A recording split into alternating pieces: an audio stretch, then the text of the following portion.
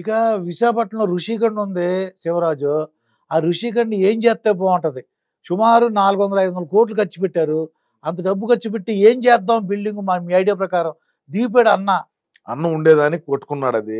మరి ఏం చేద్దాం? ఇప్పుడు 9 నగరాల్లో 9 భవనాలు ఉన్నాయి విలాసవంతమైనవి. వైజాగ్లో లేదు. వైజాగ్లో కొండందు కట్టుకున్నాడు. తండ్రి లేని బిడ్డ ఏదో మోజు పడినాడు. ఎదురుగా సముద్రం కిటికీలు ఓపెన్ చేస్తే సముద్రం 7 కమేడ్ మీద కూర్చుంటే సముద్రం కనపడేట్టుగా సెట్టింగ్లు వేసుకొని బ్రహ్మాండంగా అంతా ముందు ఒక సెట్టింగ్ వేసి ఆ తర్వాత మళ్ళీ భవనాలు నిర్మించి ఈ రోజుకి పాప అన్న పోయి చూసిన పాపాన పోలా. ఎప్పుడన్నా హెలికాప్టర్లో పోతాయేమన్నా చూసినాడు ఏమో మరి తెలియదు. ఈ రోజు కూడా అన్న అయితే పోలా. అది ఆ రోజా పోయి ఓపెనింగ్ ఏదో చేసి వచ్చింది. అది కోర్టులో ఉంటే దాంట్లో కూడా దగ్గరలో రోజా గారు కూడా కోర్టు మెట్లు అయితే ఎక్కపోతుంది. ఏంటి శివరాజు, మరి తిరుపతి విషయం మీద రోజా గారి మీద బోల్డ్ ఆరోపణలు వచ్చేస్తున్నాయి. 4000 టికెట్లు ఉండేవి, ఏది టూరిజం టికెట్లు మొత్తం ఆయన్ని తీశారు. ఇప్పుడు మీరు సోమవారం వచ్చారా, మంగళవారం వచ్చారా, బుధవారం వచ్చారా అని నార్కే రోజా గారు మా పార్టీయే. ఆమె పర్యాటక శాఖ మంత్రి. రాష్ట్రానికి పర్యాటకులు తీసుకువచ్చేట్టుగా చేయండి అంటే ఏమో పర్యటనలు చేయనిపోతుంది. Dubai, Sri Lanka, Bangkok, Thailand, Pattaya, అదేవిధంగా జర్మనీకి కూడా పోయించింది లాస్ట్ లో. జర్మనీ మొన్నదాకా జర్మనీలో ఉండిచ్చింది. అదేవిధంగా కోటాను కోట్ల రూపాయల అవినీతి, దర్శనం టికెట్లు అమ్ముకోవడము, ఓమని ఆరోపణలు ఉన్నాయి. మరి ఈ ఆరోపణలన్నింటినీ విచారణ చేస్తే మరి బిఆర్ నాయుడు గారు గత ప్రభుత్వంలో తిరుమల తిరుపతి దేవస్థానంలో జరిగినటువంటి అవినీతి అక్రమాలు కలియుగ దైవమైనటువంటి వెంకటేశ్వర స్వామిని అడ్డం పెట్టుకొని వ్యాపారాలు చేసినటువంటి ఘనత మా వైసీపీ పార్టీది. మరీ ముఖ్యంగా చిత్తూరులో బడా నాయకులుగా ఉండేటువంటి వైసీపీ నాయకులదేనని చెప్తాను నేను. వాస్తవం జరిగింది, తప్పు జరిగింది, ఒప్పుకో. మనం ఒకసారి మాట్లాడుతూ రోజా గారు ఏమన్నారంటే, ఇక్కడంట ఈ బాబు అత్యాచారాలు పెరిగిపోయినాయి అంట, రాష్ట్రపతి పాలన పెట్టమంటుంది ఆవిడ దండం పెట్టి. రాష్ట్రపతి గారు పాలన పెట్టండి అని. మరి ఇప్పుడు అయ్యే గడిదినే మాట్లాడిందంటే మాస్టర్ గారు మనకి ఏమన్నా అవసరమా? ఇప్పుడు గతంలో మన పార్టీ అధికారంలో ఉంటే ఒక ఎమ్మెల్సీఏ దళిత డ్రైవర్ని చంపి డోర్ డెలివరీ చేసినటువంటి ఘనత మంది. ఒక డాక్టర్ సుధాకర్ ఇటువంటి వాళ్ళు చాలా మంది వెలుగులే కూర్చున్న వాళ్ళే చెప్పుకుంటే కొన్ని వందలు ఉన్నారు. జగనన్న ఇంటికి కూసంత దూరంలో ఒక దళిత అమ్మాయిని గంజాయి మత్తులో ఉండి రేప్ చేసి ఆ అమ్మాయిని చంపేచ్చే జగనన్న ఇంటి దగ్గరనే చెప్తున్నా. ఇది నేనేం వేరే దూరంగానో లేదంటే ఇంకో దగ్గర చెప్పలా. ఏమైంది? ఒక అమర్నాథ్ గౌడ్ మా అక్కగారిని ఏడిపియద్దు, మా అక్క చదువుకునేదాన్ని పోవాలంటే ఆ అబ్బాయి మీద పెట్రోల్ పోసి చంపేశారు. అదేమైంది?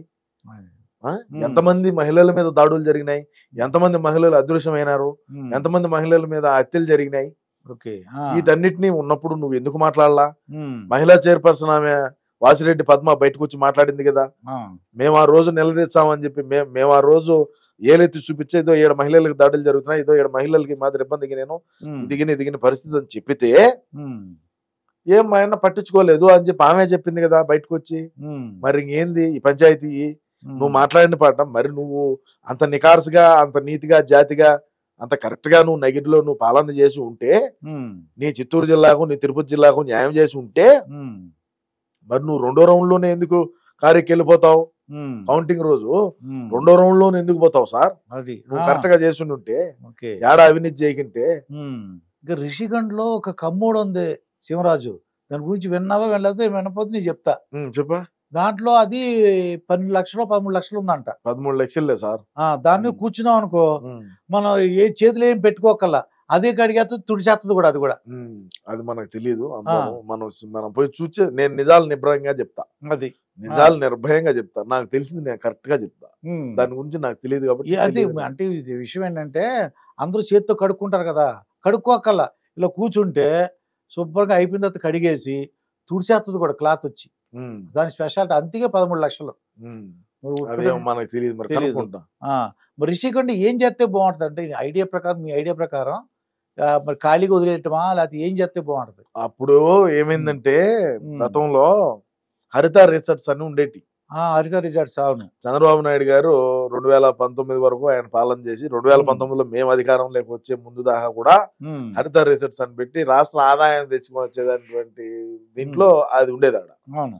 మరి అన్న వచ్చిన తర్వాత మనకు ఆదాయం ఎక్కడ వద్దు కదా, ఆ, మన ఖజానే లేదా అంట, రాష్ట్ర ఖజానే లేకపోతే రాష్ట్ర ట్రెజరీ లేకపోతే మేము ఎందుకు ఒప్పుకుంటామని ఉమ్, మొత్తం అన్ని నేలమట్టం చేసి ఆ, ఇంకా కొంత కొండను తువ్వి ఉమ్.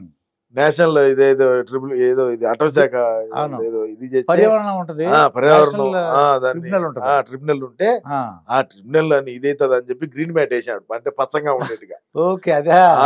ఒకవేళ ఏదన్నా వాళ్ళు వచ్చి ఎంక్వైరీ అంటే వాళ్ళు ఏదన్నా దూరం నుంచి చూసినా కూడా పచ్చగా ఉండాలి అనుకునేట్టుగా ఓకే కొండంతా తువ్వి గ్రీన్ మ్యాట్ లా కనిపించింది అదే. గ్రీన్ మ్యాట్ వేసినాడు. అంటే వాళ్ళు మళ్ళీ ఏదన్నా కేసులు కడితే మళ్ళీ ఇబ్బంది కదా, సెంట్రల్ లో మన మీద ఉండేటియే ముందుగా మచ్చుగా కేసులు ఉన్నాయి, ఉమ్, మళ్ళీ ఈ పోరు తట్టుకోలేకుంటే మళ్ళీ ఇంకొక పోరు కొత్త తెచ్చి పెట్టుకున్నాం అని చెప్పి గ్రీన్ మ్యాట్ వేసాడు. చేసి భవనాలు లేపినాడు, బ్రహ్మాండంగా కట్టినాడు. ఓకే. ఇంకా దాన్ని ఏం చేయాలంటే 2039లోనో 49లోనో మేము అధికారంలోకి వస్తే అన్న తాడేపల్లి ఇసిపెట్టి ఆడికి పోతాడు.